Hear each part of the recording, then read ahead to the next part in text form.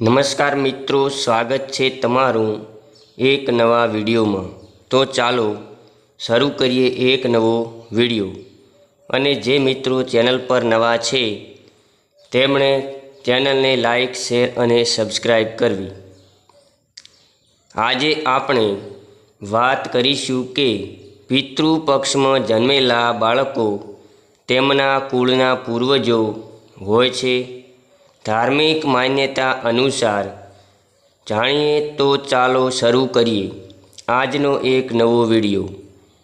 પિતૃપક્ષ 2024ના શુભ પિતૃપક્ષમાં જન્મેલા બાળકો તેમના પોતાના કુળના પૂર્વજો હોય છે।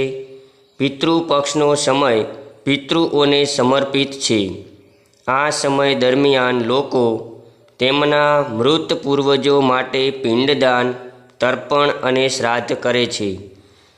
પૂર્વજોની આત્માઓ આ કાર્યોથી સંતુષ્ટ થાય છે અને તેઓ તેમના વંશજોની આગળ વધવા અને સુખ અને સમૃદ્ધિ પ્રાપ્ત કરવા માટે આશીર્વાદ આપે છે।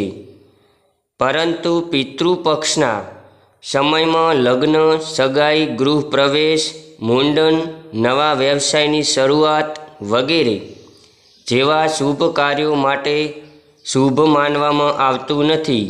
આવી સ્થિતિમાં લોકોના મનમાં સવાલ ઉઠી રહ્યો છે કે પિતૃપક્ષની 16 તિથિમાં જન્મેલા બાળકો કેવી રીતે થશે। તમને જણાવી દઈએ કે આ વર્ષે પિતૃપક્ષ 17 સપ્ટેમ્બરથી શરૂ થશે અને 2 ઓક્ટોબરે સમાપ્ત થશે। આ દરમિયાન લોકો એમના પૂર્વજોની પૂજા કરે છે અને શ્રાદ્ધ કરે છે। પિતૃપક્ષ દરમિયાન જન્મેલા બાળકો કેવી રીતે થશે તમને જણાવી દઈએ કે આ વર્ષે પિતૃપક્ષ 17 સપ્ટેમ્બરથી શરૂ થશે અને 2 ઓક્ટોબરે સમાપ્ત થશે। આ દરમિયાન લોકો એમના પૂર્વજોની પૂજા કરે છે અને શ્રાદ્ધ કરે છે। પિતૃપક્ષ દરમિયાન જન્મેલા બાળકો વિશે શાસ્ત્રોમાં કેટલીક ખાસ વાતો જણાવવામાં આવી છે। પિતૃપક્ષમાં બાળકોનો જન્મ કેવી રીતે થાય છે। શાસ્ત્રમાં પિતૃપક્ષ દરમિયાન જન્મેલા બાળકોનું વિશેષ વર્ણન કરવામાં આવ્યું છે। તેમનો જન્મ પણ ખૂબ જ શુભ માનવામાં આવે છે। આવા બાળકો પર પૂર્વજોના આશીર્વાદ બની રહે છે અને તેથી તેઓ તેમના જીવનમાં ઘણું માન અને પૈસા કમાય છે। પિતૃપક્ષમાં જન્મેલા બાળકો કુળના પૂર્વજો છે એવું પણ માનવામાં આવે છે કે પિતૃપક્ષમાં જન્મેલા બાળકો તેમના કુળના પૂર્વજો છે, તેથી તેમના જન્મ સાથે પરિવારમાં ખુશીઓ લાવે છે અને તેમના પરિવાર સાથે ખૂબ જોડાયેલા હોય છે।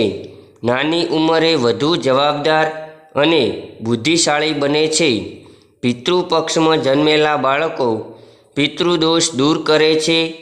જ્યારે પરિવારમાં પિતૃદોષ હોય છે અને પિતૃપક્ષ દરમિયાન બાળકો જન્મ થાય છે તો એવું માનવામાં આવે છે કે તેનાથી પિતૃદોષ દૂર થાય છે।